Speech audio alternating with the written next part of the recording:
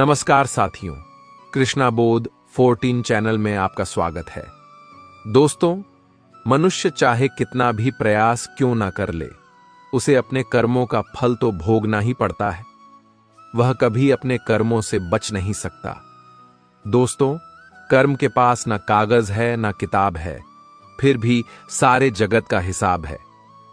यह कहा जाता है कि जो कर्म हमने पहले किए हैं उनका फल हमें आज मिलता है, और जो आज करते हैं उसका फल हमें बाद में मिलेगा। तो ऐसी कोई व्यवस्था क्यों नहीं हुई कि जो हम कर्म आज करें उसका फल आज मिल जाए, ताकि दुनिया में से सारे भ्रष्टाचार और जितने भी बुरे कर्म हैं सब मिट जाए। कुछ कर्मों का फल तुरंत मिलता है और कुछ का फल कालांतर में मिलता है। कैसे मिलता है, आइए समझते हैं। एक कहानी से हम समझेंगे कर्मों का खेल। आखिर अच्छे कर्मों का फल अच्छा और बुरे कर्मों का फल बुरा कैसे होता है। एक नगर में एक लालधारी नाम का आदमी रहता था। अपने व्यापार में नुकसान की वजह से पूरी तरह बर्बाद हो गया। उसके पास कुछ नहीं बचा। अब उसके पास केवल 5 स्वर्ण मुद्राएं बची थीं। तो उसने सोचा कि अगर मैं इस नगर में रहूंगा तो मेरा कुछ नहीं होने वाला। यही सोचकर वह उन 5 स्वर्ण मुद्राओं को लेकर दूसरे नगर के लिए रवाना हो गया। जब वह दूसरे नगर के लिए जा रहा था तो उसे रास्ते में एक महात्मा मिले। वह महात्मा बहुत ज्ञानी थे। उनके ज्ञान की चर्चा चारों तरफ फैली हुई थी। वह युवक महात्मा के पास गया और बोला, महात्मा जी, आप कहां जा रहे हैं? महात्मा ने उससे कहा कि मैं यहीं पास के नगर में जा रहा हूं। उस युवक ने सोचा कि चलो, अच्छा हुआ, साथ में मेरा भी सफर कट जाएगा। महात्मा ने उस युवक से पूछा कि बच्चा, तुम कहां जा रहे हो? तब उस युवक ने कहा कि महाराज, मैं पास के नगर में व्यापार करने के लिए जा रहा हूं। अब मेरे पास केवल 5 स्वर्ण मुद्राएं बची हैं। उन्हीं से मैं एक नया व्यापार शुरू करूंगा। इसके बाद उस युवक ने महात्मा को सारी बात बताई। फिर महात्मा के साथ साथ चलने लगा। थोड़ी दूर चलने के बाद उसे खामोशी अखरने लगी, क्योंकि महात्मा चुपचाप अपने मार्ग पर चले जा रहे थे। उस युवक ने कहा, महाराज, आप चुपचाप क्यों चल रहे हैं? इससे तो रास्ता बड़ा लंबा हो जाएगा। आप मुझे कोई ऐसी कहानी सुनाइए ना, जिससे यह सफर आराम से कट जाए और मेरे मन को शांति मिल जाए। उसके बाद वो महात्मा बोले, बच्चा, मैं कहानी तो सुना दूंगा, लेकिन मेरी कहानी सुनने के पैसे लगते हैं। मैं एक कहानी सुनाने के बदले में एक स्वर्ण मुद्रा लेता हूं। महात्मा की बात सुनकर उस युवक ने सोचा कि मेरे पास तो केवल 5 स्वर्ण मुद्राएं ही हैं, जिसमें से एक स्वर्ण मुद्रा देकर कहानी सुनना क्या बुद्धिमानी होगी। लेकिन यह बड़े ज्ञानी हैं। हो सकता है इनकी कहानी सुनकर मुझे धन कमाने का कोई उपाय मिल जाए। फिर कुछ सोच समझकर उसने एक स्वर्ण मुद्रा महात्मा जी को दे दी और बोला, लीजिए महाराज, लेकिन आपसे एक प्रार्थना है कि आप जो भी कहानी सुनाएं वह सच्ची हो। महात्मा बोले, ठीक है बेटा। महात्मा ने कहा, बेटा, जो भी जैसा भी और जितने दिन के लिए भी तुम्हें काम मिले वह काम तुम तुरंत कर लेना। महात्मा की बात सुनकर लालधारी बोला, मैं यह बात ध्यान में रखूंगा। आप कहानी सुनाइए। महात्मा बोले, कहानी तो खत्म हो गई। तब युवक ने कहा, यह कैसी कहानी थी महाराज? आपने जो बात कही है वह तो उपदेश था। तब महात्मा ने कहा, बेटा, यदि मेरे इस उपदेश को तुम याद रखोगे तो हमेशा फायदे में रहोगे। फिर महात्मा ने उस युवक से कहा कि चलो ठीक है, मैं तुम्हें दूसरी कहानी सुनाता हूं। निकालो एक और स्वर्ण मुद्रा।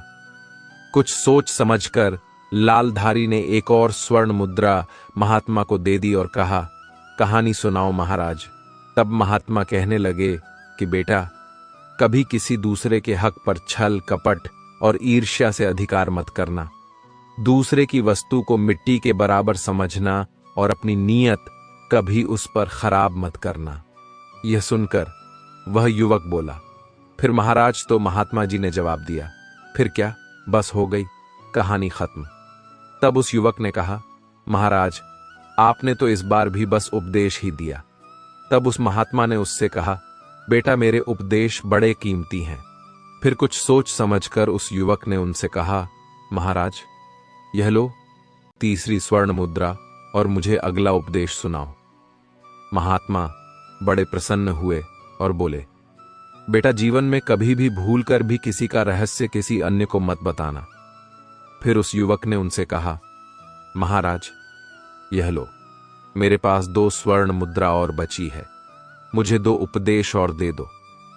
फिर महात्मा ने चौथा उपदेश दिया और कहा, बेटा तुम चाहे कितने ही आवश्यक कार्य से कहीं पर जा रहे हो, लेकिन यदि रास्ते में कोई तुम्हें बुलाकर प्रेम से बिठाता है तो उसकी बात ध्यान से जरूर सुनना, ठुकराना नहीं, चाहे तुम्हारा लाखों का ही नुकसान क्यों ना हो जाए। और 5वां उपदेश, दुराचारी स्त्री का कभी जीवन में विश्वास मत करना, क्योंकि उसके दिल और दिमाग का कोई ठिकाना नहीं होता। इतनी बातचीत के बाद वह दोनों काफी दूर निकल आए। तब महात्मा ने कहा, अच्छा बेटा, अब तुम्हारा और मेरा रास्ता अलग हो गया। अब मैं अपने रास्ते जाता हूं और तुम अपने रास्ते जाओ, और मेरे बताए यह 5 उपदेश कभी भूलना मत। तब लालधारी ने उनसे कहा, महाराज मैं आपकी बातों को हमेशा याद रखूंगा। और इसके बाद वह महात्मा अपनी राह पर चले गए और लालधारी अपनी राह पर। अब लालधारी सोच रहा था कि महात्मा की कही गई बातें अवश्य ही उपयोगी सिद्ध होगी, परंतु महाराज मुझे यह उपदेश बिना कोई पैसे लिए भी तो बता सकते थे। आखिर उन्होंने मुझसे पैसे क्यों लिए? उन्हें पैसों की क्या आवश्यकता है? फिर उसने सोचा कि कोई बात नहीं, बाद में मैं इस बारे में उनसे पूछ लूंगा। और चलते चलते वह एक नगर में पहुंचा।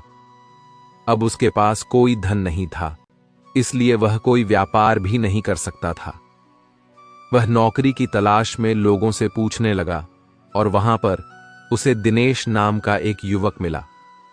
उसने लालधारी को बताया कि मैं राजा के यहां काम करता हूं, मेरा काम घोड़ों की देखभाल करना है, लेकिन मेरी मां बहुत बीमार है, इसीलिए मुझे 1 माह की छुट्टी चाहिए ताकि मैं अपनी मां के पास जा सकूं। अगर तुम मेरी जगह पर 1 महीने तक काम करने के लिए तैयार हो तो चलो मेरे साथ। दिनेश की बात सुनकर लालधारी मान गया।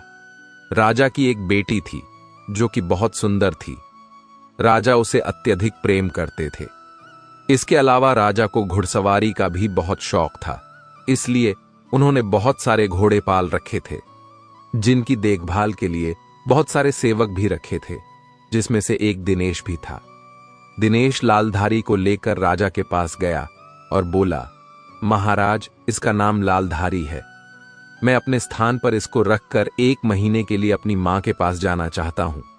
तब राजा ने कहा, मुझे इससे कोई दिक्कत नहीं, लेकिन अगर मेरे घोड़ों को कुछ भी हुआ तो उसके जिम्मेदार तुम होगे, तुम्हें ही दंड भुगतना पड़ेगा।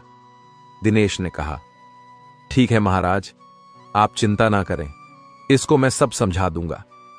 फिर दिनेश ने लालधारी को काम समझा दिया। उसके बाद लालधारी अच्छे से देखभाल करने लगा और दिनेश अपनी मां से मिलने के लिए चला गया। राजा घोड़ों को खिलाने के लिए प्रत्येक सेवक को 20 शेर चना देता था। लालधारी ने 20 शेर चने लिए और अपने अस्तबल में आ गया।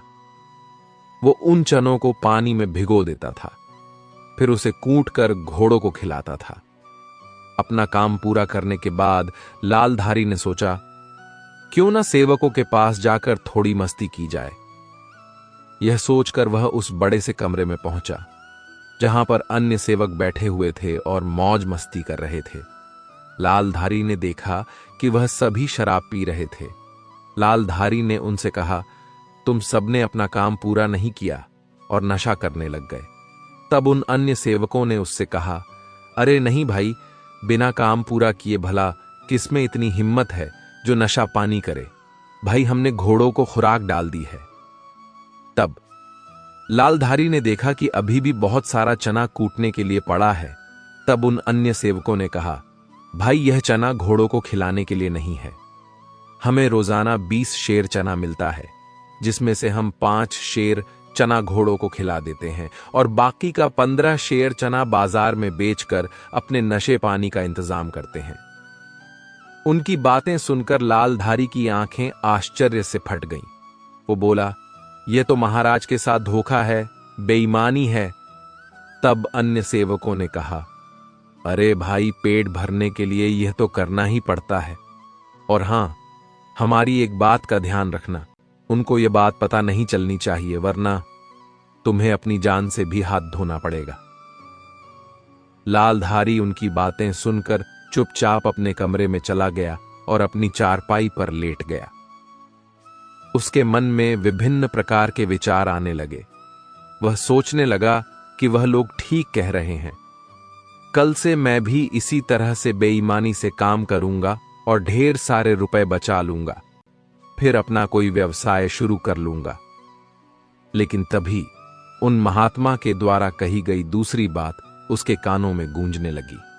बेटा, किसी दूसरे के ऊपर छल कपट से अपना अधिकार मत करना, दूसरे की वस्तु को मिट्टी के बराबर ही समझना, उसके ऊपर अपनी नीयत कभी खराब मत करना। यह सोचकर वह बोला, नहीं नहीं, मैं ऐसा नहीं करूंगा। अगले दिन से लालधारी अपना काम ईमानदारी से करने लगा। उसकी अच्छी देखभाल से उसके घोड़े 1 महीने के भीतर ही अस्तबल के सबसे सुंदर और तंदुरुस्त और ताकतवर घोड़े बन गए। एक दिन दरबार में राजा ने अपने मंत्री से कहा, मंत्री जी, बहुत दिन हो गए, मैंने अपने प्रिय घोड़ों को नहीं देखा। आप सेवकों को यह कह दो कि वह सब अपने घोड़ों को लेकर शाही मैदान में आ जाए। मैं कल अपने घोड़ों को देखना चाहता हूं। अगले दिन सुबह लालधारी सहित सभी सेवक अपने अपने घोड़ों को नहला धुलाकर शाही मैदान में पहुंच गए और महाराज सभी घोड़ों का निरीक्षण करने लगे। महाराज ने देखा कि उनके सभी घोड़े बिल्कुल अस्वस्थ दिख रहे हैं। ये देखकर महाराज को बड़ा ही क्रोध आ रहा था। उन्होंने मंत्री से कहा, मंत्री जी, हमारे सारे घोड़े तो बहुत सुंदर और ताकतवर थे, ये इतने अस्वस्थ बीमार कैसे हो गए? तभी मंत्री ने कहा, महाराज, मुझे लगता है सभी सेवकों ने इनकी देखभाल अच्छे से नहीं की। इसके बाद राजा आगे बढ़े तो उन्होंने देखा कि लालधारी के घोड़े ही स्वस्थ और तंदुरुस्त हैं। यह देखकर राजा की आंखों में चमक आ गई और लालधारी से बोले, तुम कल राजमहल में आओ, मुझे तुमसे कुछ बात करनी है। राजा का आदेश पाकर अगले दिन लालधारी राजमहल पहुंचा। राजा ने उससे पूछा, दूसरे सेवकों के घोड़े इतने अस्वस्थ क्यों हैं, जबकि सबको एक सा भोजन दिया जाता है, सबकी एक सी देखभाल होती है? तब कुछ सोच समझकर लालधारी ने कहा, महाराज, तभी जवाब दे सकता हूं जब बाकी सभी सेवक यहां पर मौजूद हों। इसके बाद राजा ने कहा, ठीक है, सभी सेवकों को यहां पर बुलाया जाए। राजा की आज्ञा पाकर सभी सेवक वहां पर आ पहुंचे। तब राजा ने कहा, अब बताओ। लालधारी ने कहा, बात यह है महाराज कि यह सभी सेवक बड़े बेईमान और धोखेबाज हैं। आपकी आज्ञा यह थी कि सभी को 20 शेर चना घोड़ों को खिलाना है, लेकिन यह लोग केवल 5 शेर चना ही घोड़ों को खिलाते थे और बाकी का 15 शेर चना बाजार में बेच देते थे। लेकिन मैंने ऐसा नहीं किया। मैंने 20 शेर चना रोजाना घोड़ों को खिलाया है। इसीलिए मेरे घोड़े सुंदर, तंदुरुस्त और ताकतवर हैं। लालधारी की बात सुनकर महाराज को क्रोध आ गया। तब बाकी सेवकों पर चिल्लाते हुए बोले, धोखेबाजों, क्या यह बात सच है? जवाब दो, वरना मैं तुम्हारी गर्दन अभी धड़ से अलग कर दूंगा। राजा का क्रोध देखकर सभी सेवक डर के मारे कांपने लगे और बोले, क्षमा करें महाराज, क्षमा करें, हमसे गलती हो गई। हम विश्वास दिलाते हैं कि अब कभी ऐसी गलती दोबारा नहीं होगी। तब लालधारी कहता है, महाराज, आपसे यही कहना चाहता हूं कि इस बार आप इन्हें क्षमा कर दीजिए। लालधारी के कहने पर राजा ने उनको माफ कर दिया और लालधारी से कहा, मैं आज से तुम्हें अस्तबल का मुख्य निरीक्षक घोषित करता हूं। आज से तुम्हारा काम इन सभी की हरकतों पर निगरानी रखने का होगा, जिसकी पगार में तुम्हें 500 स्वर्ण मुद्रा मिलेंगी और साथ ही भोजन और रहने का स्थान भी मिलेगा। यदि इनमें से अब की बार कोई मुट्ठी भर चना भी गायब करे तो इसकी सूचना मुझे देना। राजा ने लालधारी को अंगूठी दी और कहा, तुम इस अंगूठी को दिखाकर बिना किसी रोक टोक के मुझसे मिलने राजमहल में आ सकते हो। इसके बाद लालधारी के सेवक महल से बाहर आ गए। तब लालधारी सेवकों से कहता है, भाई इस बार तो मैंने तुम्हें बचा लिया, लेकिन अगली बार तुमने कोई गड़बड़ी की तो तुम्हें कठोर दंड मिलेगा।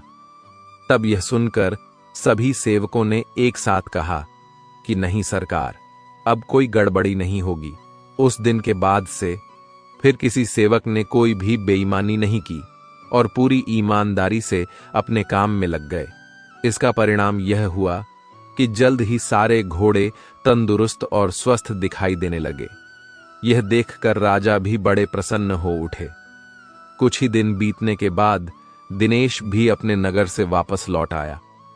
उसने जब घोड़ों को देखा तो वह हैरान रह गया, क्योंकि सब घोड़े बड़े ही सुंदर और ताकतवर नजर आ रहे थे।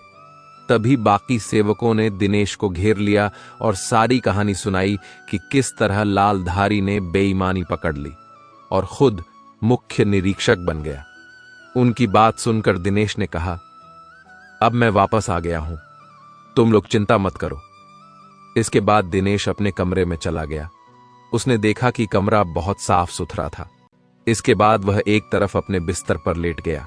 लालधारी उसको देखकर बड़ा खुश हुआ और उससे बोला, दिनेश भाई तुम कब आए? दिनेश ने कहा, मैं अभी कुछ देर पहले ही आया हूं। इसके बाद दोनों आपस में बात करने लगे। तब लालधारी ने सारी घटना बताई जो दिनेश पहले से ही जान चुका था। इसके बाद दोनों ने भोजन किया और अपने अपने बिस्तर पर लेट गए। दिनेश को नींद नहीं आ रही थी, बिजली कड़क रही थी। इधर राजकुमारी को नींद नहीं आ रही थी। वह अपने कमरे में इधर उधर घूम रही थी। फिर उसने अपने कमरे के एक तख्ते को हटाया जिसके नीचे एक गुप्त रास्ता था। वह तुरंत उस गुप्त रास्ते की सीढ़ियों से नीचे उतरने लगी। उधर तेज बिजली कड़कने की आवाज सुनकर लालधारी की नींद खुल गई। वह कमरे के बाहर खुली हवा में निकल गया। एक लकड़ी का तख्ता एक तरफ हटा, उसमें से राजकुमारी निकलकर बाहर आई। असल में यह उसी गुप्त रास्ते का दूसरा हिस्सा था जो राजकुमारी के कमरे से लेकर दिनेश के कमरे तक खुलता था। इस गुप्त रास्ते से राजकुमारी निकली और दिनेश को उठाने लगी। दिनेश घबराकर उठ गया और बोला, राजकुमारी तुम इस समय यहां क्यों आई हो? जल्दी वापस लौट जाओ, यहां पर लालधारी है। दिनेश ने देखा कि लालधारी कमरे में नहीं है। राजकुमारी बोली, कौन लालधारी? दिनेश ने राजकुमारी को लालधारी के बारे में सब बता दिया। असल बात यह थी कि दिनेश और राजकुमारी का प्रेम प्रसंग चल रहा था, जिसके बारे में किसी को कोई सूचना नहीं थी। राजकुमारी ने कहा, तुम चिंता मत करो दिनेश, मेरे रहते हुए तुम्हें कोई नीचा नहीं दिखा सकता है। तुम कल सुबह देखना कि मैं उसे कैसे मजा चखाती हूं। इधर जब लालधारी कमरे में वापस लौटा तो कमरे के भीतर से आवाजें आ रही थीं। आवाजों को सुनकर वह हैरान रह गया और अपने कमरे के बाहर खड़ा होकर सोचने लगा कि इतनी रात में दिनेश किस स्त्री से बातें कर रहा है। दरवाजा बंद था, इसलिए लालधारी ने भीतर की तरफ झांका और राजकुमारी को देखकर वह हैरान रह गया और सोचने लगा, हे भगवान, यह मैं क्या देख रहा हूं? राजकुमारी सेवक दिनेश के साथ क्या कर रही है? मुझे इसी समय महाराज को यह खबर बता देनी चाहिए। यह दिनेश तो महाराज की पगड़ी उछालना चाहता है।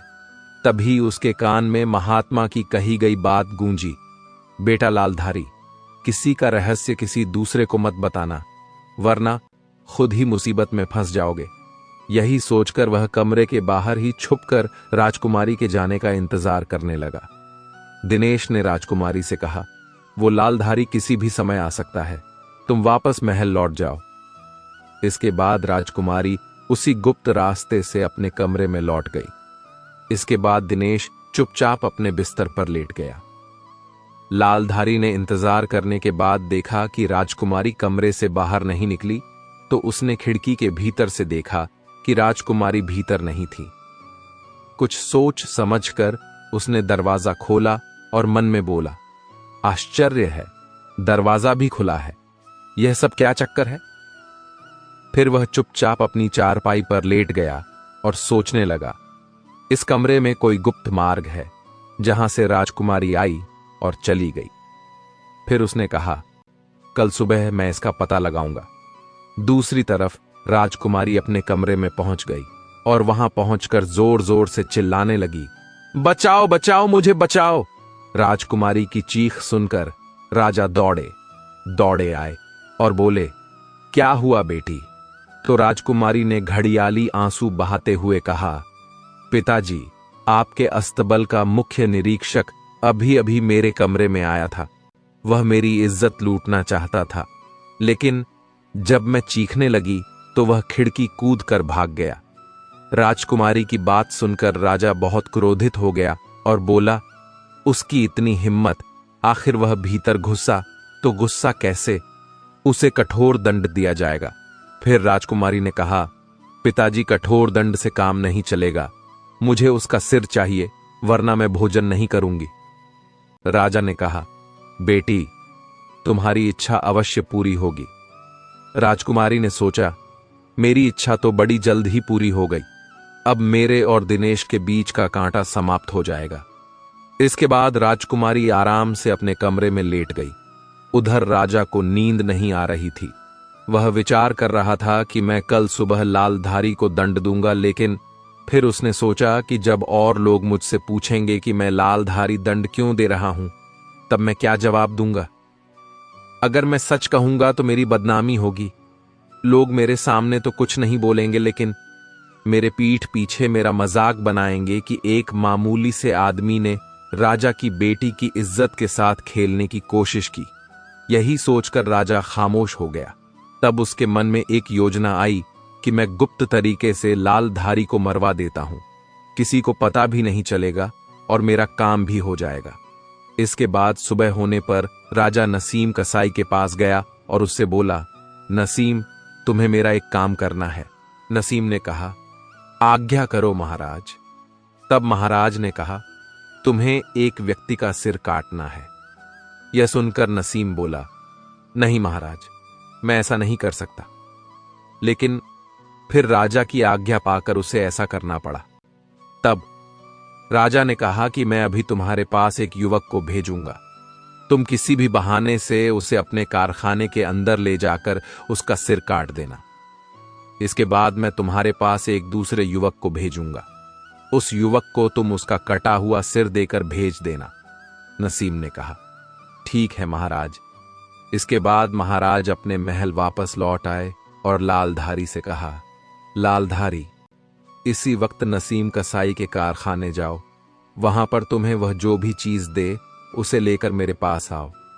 राजा का आदेश पाते ही लालधारी सोचने लगा, कसाई से क्या काम हो सकता है, लेकिन फिर उसने सोचा कि मुझे क्या, मुझे तो अपना काम करना है। जैसे ही वह कुछ दूर पहुंचा तो एक पेड़ के नीचे कुछ साधु बैठे हुए दिखाई दिए। वे आपस में धर्म उपदेश के ऊपर चर्चा कर रहे थे। लालधारी जाकर खड़ा हो गया। तभी एक साधु ने कहा, बच्चा, खड़े क्यों हो, हमारे पास बैठ जाओ और कुछ देर तक उपदेशों का आनंद लो। तब लालधारी बोला, गुरुदेव, मैं किसी जरूरी काम से जा रहा हूं, इसीलिए रुक नहीं सकता। लेकिन जैसे ही उसने आगे कदम बढ़ाया तो उसके कानों में महात्मा द्वारा बताई गई बात गूंजने लगी कि बेटा, तुम किसी आवश्यक कार्य से ही क्यों ना जा रहे हो, लेकिन यदि मार्ग में तुम्हें कोई प्रेम से बोले तो बैठकर उसकी बात अवश्य सुनना, उसकी बात ठुकराना नहीं, चाहे तुम्हारा लाखों का ही नुकसान क्यों ना हो रहा हो। यह विचार आते ही लालधारी साधुओं के बीच बैठ गया और उनके द्वारा दिए जाने वाले उपदेश सुनने लगा। उधर राजा सोचने लगा कि नसीम कसाई के पास लालधारी का सिर लेने के लिए किसको भेजूं। तभी राजा की दृष्टि दिनेश पर पड़ी। उन्होंने दिनेश को बुलाया और कहा, दिनेश, तुम इसी वक्त नसीम कसाई के कारखाने में जाओ और जो भी चीज वह तुम्हें दे उसे लेकर मेरे पास आओ। इसके बाद दिनेश राजा की आज्ञा पाकर तुरंत नसीम कसाई के पास पहुंच गया। उधर नसीम कसाई को लगा कि यही वह व्यक्ति है जिसका मुझे सिर काटना है। इसके बाद नसीम कसाई उसे चुपचाप अंदर ले गया और उससे कहा कि तुम्हारे पीछे जो बक्सा रखा है उसमें एक पोटली है, उसे निकाल दो। जैसे ही दिनेश पीछे पलटा तो नसीम ने अपनी तेज धारदार तलवार से उसकी गर्दन काट दी और उस गर्दन को कपड़े में लपेट कर रख दिया और उसके धड़ को कहीं और छुपा दिया। इसके बाद उधर जब उपदेश खत्म हुआ तो लालधारी कसाई के पास गया और बोला, महाराज ने कुछ सामान लाने के लिए बोला है, वो मुझे दे दो। नसीम ने सोचा कि यही वो दूसरा व्यक्ति है जिसको मुझे वो सिर देना है। नसीम कसाई ने लालधारी को वह कटासर दे दिया और कहा, इसको ले जाकर महाराज को दे देना। लालधारी के कटे हुए सिर को लेकर महाराज के पास पहुंचा।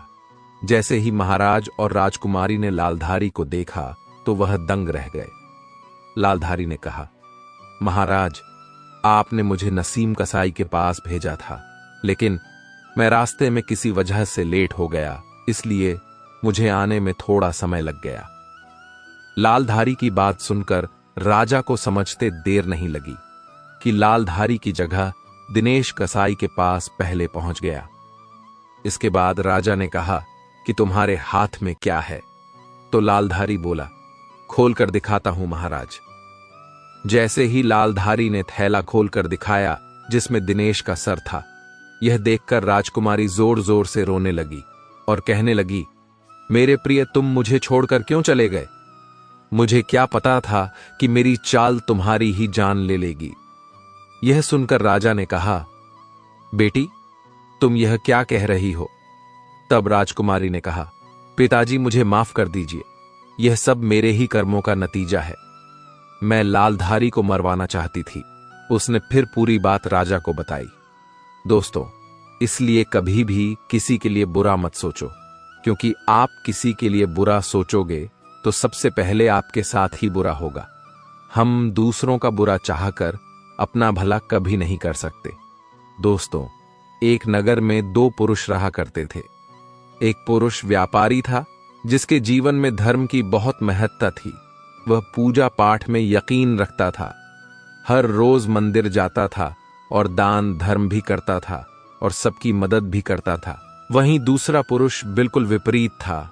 वह हर रोज मंदिर तो जाता था, लेकिन पूजा करने के लिए नहीं, बल्कि मंदिर के बाहर से जूते चप्पल चुराने, उसे दान और धर्म से कोई लेना देना नहीं था और उससे ईश्वर पर विश्वास नहीं था। वह ऐसे ही दूसरे की चीजें चुराकर अपना जीवन व्यतीत करता था। समय बीतता गया और एक दिन बहुत जोर की बारिश हो रही थी। इस वजह से मंदिर में पुजारी के अलावा और कोई नहीं था। यह बात जब दूसरे पुरुष को पता चली तो उसने कहा कि यह सही मौका है मंदिर का धन चुराने का। यही विचार करके वह मंदिर के अंदर चला गया। पंडित सो रहे थे। पंडित से नजर बचाकर उसने मंदिर का सारा धन चुरा लिया और वहां से भाग गया। उसी समय धर्म कर्म में विश्वास रखने वाला व्यक्ति भी मंदिर पहुंचा। दुर्भाग्य से मंदिर के पुजारी ने उसे ही चोर समझ लिया और चिल्लाने लगे। वहां लोग एकत्र हो गए और उसे बहुत मारा। किसी तरह वह बचते बचाते वहां से निकला तो दुर्भाग्य ने उसका साथ वहां भी नहीं छोड़ा। मंदिर के बाहर वह एक गाड़ी से टकरा गया और वहीं घायल हो गया। कुछ समय बाद उसे होश आया। फिर वह व्यापारी लंगड़ाते हुए अपने घर जाने लगा। कुछ दूर चलने के बाद रास्ते में उसकी मुलाकात उस पुरुष से हुई जिसने मंदिर से धन चुराया था। उसने कहा, आज तो मेरी किस्मत चमक गई, एक साथ इतना सारा धन मिल गया। यह सब देखकर उस व्यापारी पुरुष को बहुत बुरा लगा। अपने घर जाकर उसने अपने घर से भगवान की सारी तस्वीरें निकाल दी।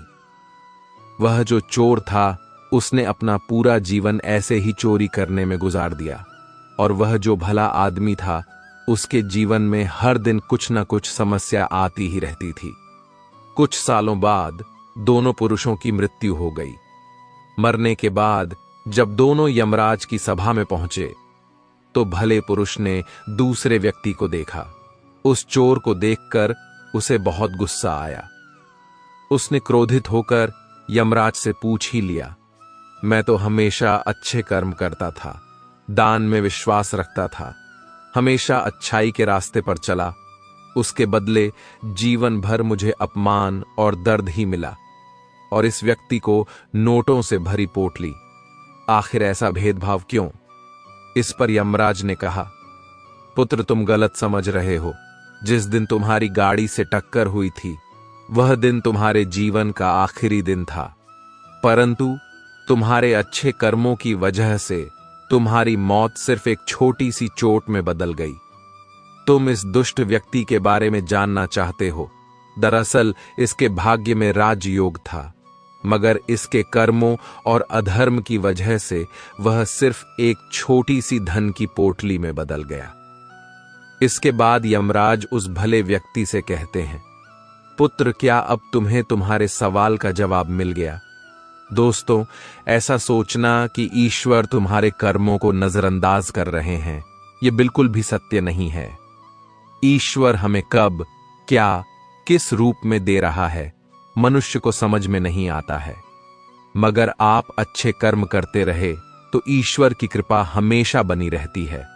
अगर आप बुरे कर्म करते हैं तो आप उसके फल से भाग नहीं सकते। भागने की कितनी भी कोशिश कर लो, पर वह फल आपको भुगतना ही पड़ेगा। इसके बिना कर्म शांत ही नहीं होता। हम कितने भी अच्छे बुरे कर्म कर ले, उसका फल हमारे साथ ही रहता है, चाहे वह हमें देर से ही मिले, लेकिन मिलता जरूर है। दोस्तों, इस कहानी के माध्यम से आप यह समझ जाओगे कि कर्म क्या है। एक राजा था, वह अपने मंत्री के साथ देश का भ्रमण करने निकला था। भ्रमण करते करते राजा और मंत्री एक बाजार में पहुंच गए। उस बाजार में राजा का ध्यान एक दुकानदार के ऊपर गया। उस दुकानदार को देखते ही राजा के मन में न जाने क्यों यह विचार आया कि मैं इस दुकानदार को कल फांसी की सजा दे दूं। यह बात राजा ने अपनी मंत्री को बताई। मंत्री कुछ बोलते उससे पहले राजा उस दुकानदार के दुकान के सामने से आगे निकल चुके थे और दूसरी बातें करने लगे। मंत्री बहुत ही चिंतित हो गया। यह बात समझ नहीं पा रहा था कि दुकानदार की गलती क्या है। दुकानदार से बिना कुछ बात किए, बिना कुछ सोचे समझे, महाराज ऐसा फैसला लेने के बारे में क्यों सोच रहे हैं? राजा और मंत्री भ्रमण करने के बाद राज दरबार वापस चले गए। मंत्री को रात भर नींद नहीं आई। सुबह जागने के बाद मंत्री एक साधारण प्रजा का रूप बनाकर उस दुकानदार के पास गया और उस दुकानदार से पूछा, तुम क्या बेचते हो? दुकानदार ने जवाब दिया, मैं चंदन की लकड़ी बेचता हूं। फिर मंत्री ने आसपास के लोगों से दुकानदार के बारे में पूछना शुरू किया। सबने जवाब दिया कि दुकानदार किसी से बोलता नहीं है, हमेशा दुखी रहता है। मंत्री को बात समझ में आ गई। मंत्री फिर वापस दुकानदार के पास गया और उस दुकानदार से पूछा, तुम दुखी क्यों रहते हो? दुकानदार ने बताया, मैं दुखी इसलिए रहता हूं क्योंकि मेरे दुकान पर लोग आते हैं, चंदन की लकड़ियां सूंघते हैं और बोलते हैं, बहुत ही सुंदर हैं, बहुत ही अच्छी महक है, लेकिन कोई खरीदाता नहीं है, इसलिए मैं बहुत दुखी रहता हूं। मंत्री दुकानदार की बात सुनकर खुद भी भावुक हो गया। दुकानदार ने मंत्री से कहा, कोई भी दुकानदार दुखी क्यों ना हो, अगर उसके दुकान का कोई भी सामान खरीदा ना जाए, जबकि सामान में कोई कमी ना हो। मंत्री सोचने लगा कि यह दुकानदार अपने दुखों की वजह से इतना दुखी रहता है, परंतु राजा इस दुकानदार को फांसी पर क्यों लटकाना चाहते हैं? अर्थात राजा के मन में आए हुए विचार का उत्तर अभी तक मंत्री को नहीं मिला था। मंत्री ने फिर दुकानदार से पूछा, भाई तब तुम क्या करोगे अगर तुम्हारे दुकान की सारी चंदन की लकड़ियां ऐसे ही रखी की रखी रह जाएंगी?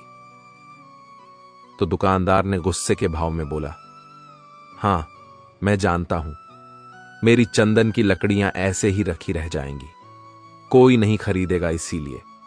मैं सोचता हूं कि हमारे नगर का राजा जल्दी से मर जाए। अगर वह जल्दी से मर जाता तो मैं उस राज दरबार में उस राजा के देह संस्कार के लिए अपनी चंदन की लकड़ियां दे देता, जिससे मुझे कुछ पैसे मिल जाते और इस बाजार के अलावा बाकी के लोगों को भी मेरे चंदन की लकड़ी के बारे में पता चलता। तो फिर शायद कुछ न कुछ लोग मेरी दुकान से जरूर खरीदने आते। चंदन की लकड़ी। मंत्री दुकानदार की बात को सुनकर सब कुछ समझ गया। उसके मन में एक विचार आया। मंत्री ने दुकानदार से चंदन की कुछ लकड़ियां खरीदी ली। इस खरीदारी से दुकानदार को कुछ पैसे भी मिल गए और वह थोड़ा खुश भी हो गया। मंत्री चंदन की लकड़ियां को लेकर वापस राज दरबार चला आया। राज दरबार पहुंचकर मंत्री ने उन चंदन की लकड़ियां को राजा के समक्ष रख दिया और बोला, हे राजन, ये चंदन की लकड़ियां उसी दुकानदार ने आपको भेंट की है जिस दुकानदार को आप फांसी देने के लिए सोच रहे थे। राजा उन चंदन को सूंघने के बाद बड़े ही प्रसन्न हुए। उन्होंने कहा, ये चंदन की लकड़ियां बहुत ही ज्यादा खुशबूदार हैं।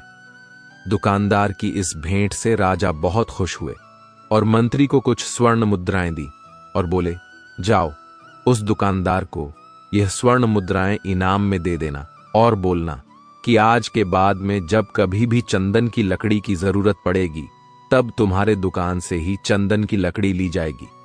मंत्री जी मुस्कुराने लगे तथा ये सोचने लगे कि अब तो राजा के मन में उस दुकानदार को फांसी देने का विचार आ ही नहीं सकता, क्योंकि अब तो हमेशा राज दरबार आवास दुकानदार को जो मिल गई है। मंत्री स्वर्ण मुद्राओं को लेकर वापस उस दुकानदार की तरफ चल दिया। इधर राजा इस विचार में पड़ गए कि वह दुकानदार तो बड़ा ही अच्छा इंसान है। जिस वक्त मैं उसके बारे में यह सोच रहा था कि मैं इसको कल फांसी दे दूंगा, तब शायद उस दुकानदार के मन में उस समय यह विचार चल रहा होगा कि राजन पहली बार मेरी दुकान के सामने आए हैं, तो क्यों ना मैं उनको अपनी सुंदर और खुशबूदार लकड़ियों को भेंट करूं। और आज उसने मुझे भेंट भी किया। बेवजह ही मैं उसको फांसी देने के बारे में सोच रहा था। इधर मंत्री दुकानदार के पास पहुंच गया। मंत्री ने राजा के द्वारा दी गई स्वर्ण मुद्राओं को दुकानदार को देते हुए कहा कि जिन चंदन की लकड़ी को कल मैं खरीद कर लेकर गया था, उन चंदन की लकड़ियों को राजा ने बहुत पसंद किया और इनाम के तौर पर तुमको यह कुछ स्वर्ण मुद्राएं दी हैं। दुकानदार बहुत ही खुश होने लगा। साथ ही साथ मंत्री ने उस दुकानदार को यह भी बताया कि अब आज के बाद राज दरबार में जब कभी भी चंदन की लकड़ियों की जरूरत पड़ेगी तो सारी चंदन की लकड़ियां तुम्हारी दुकान से ली जाएंगी। दुकानदार मंत्री की बात सुनकर बहुत ही खुश हो गया और मंत्री ने दुकानदार से पूछा, क्यों भाई, तुम तो राजा के बारे में इतना बुरा भला सोचते थे, लेकिन देखो राजा तुम्हारी कितनी चिंता करते हैं। राजा कितने अच्छे हैं। राजा अपनी प्रजा के बारे में कभी भी गलत नहीं सोचते हैं। दुकानदार मंत्री की बात से सहमत हो गया और बहुत दुखी हुआ। दुकानदार मंत्री से बोला, मैं कितना गलत सोचता था राजा के बारे में। राजा तो बड़े ही अच्छे हैं, बड़े ही भले राजा हैं। भगवान करे कि राजा की बहुत लंबी आयु हो। ये बात सुनकर मंत्री भी बहुत खुश हुआ। फिर मंत्री वहां से वापस राज दरबार को चला गया। तो दोस्तों, अब आप समझ गए होंगे कि कर्म क्या है। कर्म एक बोले हुए शब्द है, कर्म एक वाणी है, कर्म एक सोच है, कर्म एक भावना है। कर्म हर एक इंसान के खुद के विचार होते हैं। हमारे विचार जैसे रहेंगे हम वैसे ही कर्म करेंगे और उन्हीं विचारों के द्वारा किए हुए कर्म हमारे सुख और दुख के लिए उत्तरदायी होंगे। अर्थात हमारे विचार अगर गलत हैं तो हमारे द्वारा किए हुए कर्म भी गलत होंगे तथा इसका परिणाम भी गलत निकलेगा। परिणाम स्वरूप हम दुखी रहेंगे। अगर हमारे विचार सही रहेंगे तो हम सही कर्म करेंगे, सही कर्म करेंगे तो फिर सही फल मिलेगा जिससे हम सुखी रहेंगे। दोस्तों, इस कहानी से हमने यह सीखा कि अगर हमारे विचार सही रहेंगे, निष्पाप रहेंगे, तो उन्हीं निष्पाप और सही सोच की वजह से लिया गया हर फैसला सही होगा। जब सही फैसला लेंगे तब वह हमारे द्वारा किए हुए सही कर्म होंगे। जब सही कर्म होंगे तो सही परिणाम मिलेगा, जिसकी वजह से हम सुखी रहेंगे, हम खुश रहेंगे। तथा इसी जगह पर अगर हमारे विचार गलत रहेंगे तो हमारे द्वारा लिया गया फैसला भी गलत होगा और किया गया कर्म भी गलत होगा। तो दोस्तों, आज के लिए बस इतना ही। मिलते हैं नई वीडियो में एक नई सीख के साथ। धन्यवाद। जय श्री कृष्ण।